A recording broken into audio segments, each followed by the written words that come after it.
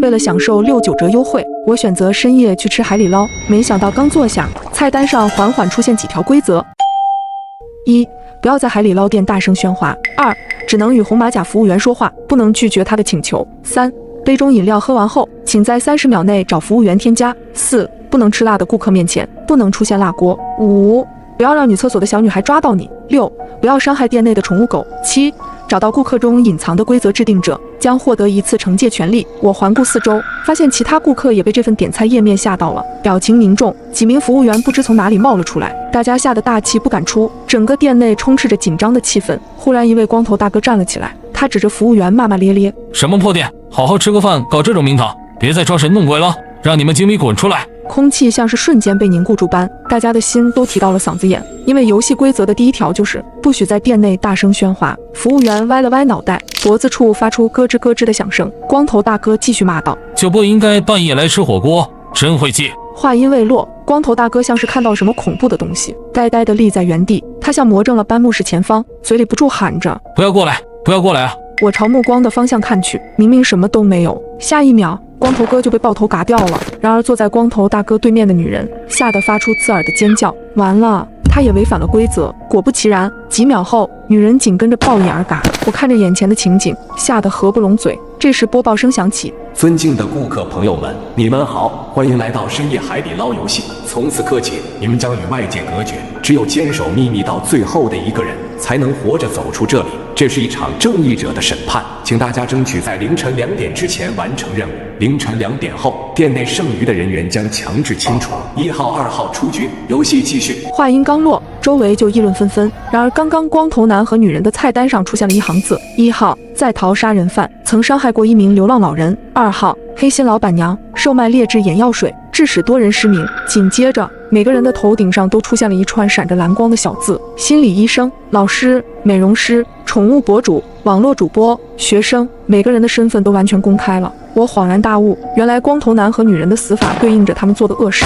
只要出局，就可以显示出隐藏在内心深处的秘密。想要赢得游戏，只有一种办法，那就是除掉其他顾客。一时间人心惶惶，提示音再次响起：“请大家争取在凌晨2点前走出这里。凌晨2点后，店内剩余的人员将强制清除。”现在距离凌晨2点还剩下1个半小时，如果一直按兵不动，只有一个结果，那就是嘎。就在我想采取行动之时，网络主播忽然站起来，掏出一把匕首刺向旁边的心理医生。说时迟，那时快，就在匕首即将刺向心理医生的一刹那，服务员忽然闪现在了他们面前，匕首被服务员夺过来，扔了10米远。3号暴力行凶，警告1次。我咽了咽口水，既然不能使用暴力，就只能靠游戏规则了。这时，那位劫后余生的心理医生冲我敲了敲桌前的饮料杯。心理医生敲得很有规律，我疑惑地看着他。忽然，我像是想到了什么，猛地低头看向自己的杯子，我的饮料已经喝完了。第3条规则说过，杯子里的饮料喝完后，请在30秒内找服务员添加。我赶紧挥手示意服务员，服务员像鬼一样飘了过来，为我倒完饮料后，服务员并没有离开，而是一直站在我面前。我低着头，紧张的冷汗直流。亲爱的顾客，请问你需要肥牛卷吗？这种情况下，谁还能吃得下肥牛卷？我刚想拒绝，猛地想起之前菜单上的规则2，请不要拒绝红马甲服务员的请求。我用余光瞄向服务员穿的马甲，正是红色的。需要。很快，服务员就将一块鲜肉放在了我的盘子里。这不会就是我要的肥牛卷吧？这明明就是刚刚光头男身上的腹肌啊！然而服务员死死地盯着我。亲爱的顾客，请问是你哪里不舒服吗？我努力控制住自己的情绪。我有点肚子疼，想去厕所。服务员瞪大眼睛。亲爱的顾客，卫生间在直走左手边，请您速去速回。来到厕所后，我坐在马桶上喘着粗气。与此同时，手机屏幕亮了起来，凌晨1点的数字映入眼帘。现在距离凌晨2点就只剩下1个小时了，除了我之外，还剩下5个人。我要怎样才能在1个小时内除掉这4个人呢？就在我苦恼之际，旁边的隔间响起了阴森的歌声。好长的一条鱼巷，为什么我走不出去？大雨淋湿了我的头发。歌声断断续续，伴随着呜呜咽咽的哭声。我虎躯一震，猛地想起规则里有一条，不要让女厕所的小女孩抓到你。我停下了提裤子的动作，生怕布料摩擦的声音引来隔壁间的注意。女孩继续唱道：大雨淋湿了我的头发，多亏了她为我撑伞。诡异的歌词配上小女孩诡异的腔调，我额头的细汗越来越密，麻木的腿已经要撑不住了。终于我忍不住动了动右腿，结果一不小心踢到了旁边的垃圾桶。与此同时，隔壁间的歌声也停止了，我像石化一般僵硬在原地，一只手从隔板下面伸了过来，以一种极其怪异的姿势在摸索什么。我知道他是在试探隔壁间有没有人，我强忍着双腿的麻木，一点点躲开他的摸索。那只怪异的手摸索了一阵，什么也没有发现。我不能确定小女孩什么时候能离开厕所，于是我鼓足勇气打开了厕所门。厕所外什么也没有，只有店里放着的奇怪音乐。就在我准备离开时，我抬头看到了对面洗手台的镜子，镜子里那名小女孩正站在我身后，露出诡异的笑容。说实话，如果不是大声喧哗会违反海底捞规则，我早就尖叫出声。我透过镜子看到了她湿漉漉正滴着水的头发，以及那张满是伤痕的脸。就在我闭上眼睛准备听天由命时，小女孩却忽然转身向其他方向走去，我这才注意到她的2只眼睛已经瞎了。回到座位后，我惊魂未定地环顾四周，发现顾客少了2位，分别是老师和网络主播。就在疑惑之际，食物的香味飘到我的鼻腔里，我这才发现服务员已经帮我把虾滑下好了。经过这一夜的惊魂，我的肚子早就饿了，正准备吃点虾滑垫垫肚子，忽然感到脚下有什么东西在蹭我。我低头一看，一只小狗正趴在我的脚下。我倒吸一口凉气，因为这只小狗没有皮毛，它不会就是规则里提到的宠物狗吧？我急忙把番茄锅里的虾滑端到小狗面前，小狗把头伸向盘中大快朵颐。它每多吃1块虾滑，皮肉就长出1分。一整盘虾滑吃完后，它恢复成正常小狗的模样。就在这时，厕所发出一声巨响，网络主播从厕所里冲出来，头发凌乱，眼神恍惚。色眯眯的老师也从厕所里出来。你这个恶魔！老师挑了挑眉，神态淡漠。不是苏小姐你约我的吗？网络主播咬牙切齿。要不是你骗我说已经找到了隐藏的规则制定者，我才不会委身。老师打断了网络主播的话。看看你杯子里的饮料吧。网络主播这才缓过神来，他惊恐地看向桌子，他的杯子里空空如也。苏小姐，不好意思了，我在你去厕所赴约的时候，一不小心把饮料打翻了。苏小姐，你不会怪我吧？你这个疯子，我要嘎了你！网络主播彻底失去理智，他疯了般地扑向那位猥琐的老师。穿着红马甲的服务员又出现了，拦住了网络主播的去路。3号玩家暴力行凶，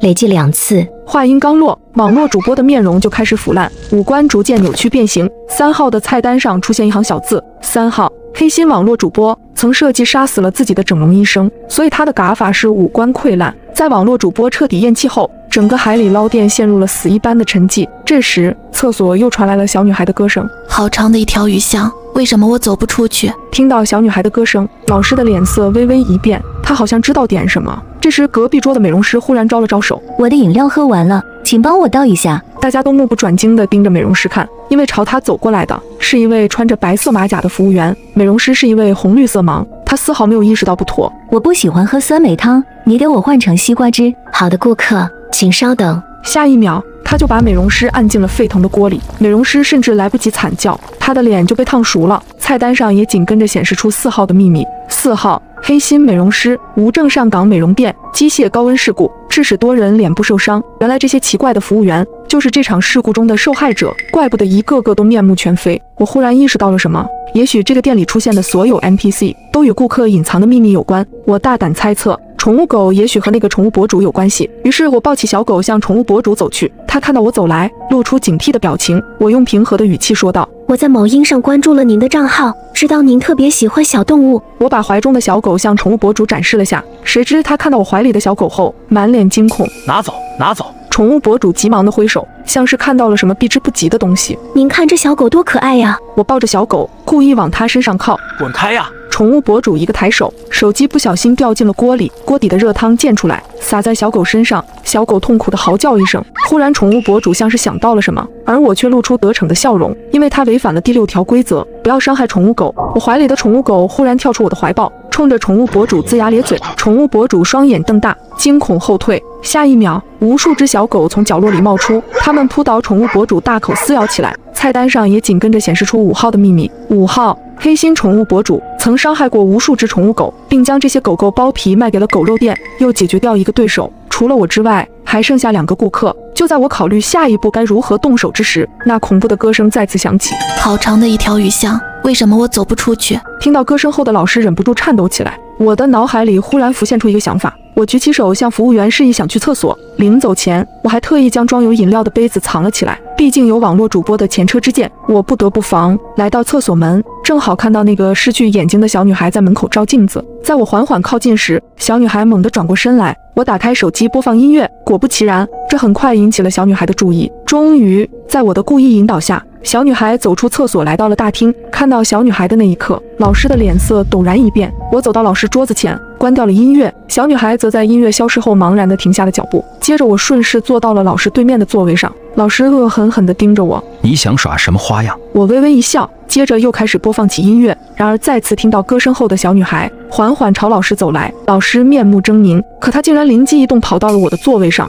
我关掉音乐，嘴角微微一笑，因为她成功违反了第4条规则，不能吃辣的顾客面前不能出现辣锅。是的，刚才去厕所的时候我就注意到老师面前的锅底是清汤和菌汤的，所以我断定老师不能吃辣，于是我才设计了这个圈套。下一秒，那个小女孩突然变得狂躁起来，猛地扑向了老师。与此同时，老师的秘密也被公布。6号黑心老师曾经在一个小雨天侵犯了一名女学生，接下来就只剩下最后那名心理医生了。心理医生似乎根本不关心其他人的死活，一直在不停地敲着桌上的杯子，而我却从容地走到了他的身边，然后冲服务员喊道：“他是隐藏的规则制定者。”听到这句话，心理医生惊呆地看着我。你是怎么知道的？很简单，我从这场游戏一开始就在观察每个人的表情，在场所有人都不敢直面自己恐惧的东西，而你却完全不一样，不仅没有自己害怕的东西，并且还是一副吃瓜看戏的样子，所以我断定你一定是那个隐藏的规则制定者。心理医生听完我的分析后，忍不住鼓起了掌，接着对我说了句：“我们下次再见。”然后便消失不见。我看了看手机上的时间，正好是2点，我立马以最快的速度朝门外冲去，可还是晚了一步，时间正好卡在了2点01分。但不知道是不是因为我狗运的原因，我依旧成功逃离了这家火锅店。事后听这里的工作人员说，这里从始至终就没有存在过什么火锅店，而我所经历的一切也并不打算告诉其他人，因为我也不想让我的秘密被别人知道。况且那个小女孩这么可怜。就在我得意洋洋，以为自己逃离审判时，刚推开门，熟悉的声音再次响起：“尊敬的顾客朋友们，你们好，欢迎来到深夜海底捞游戏。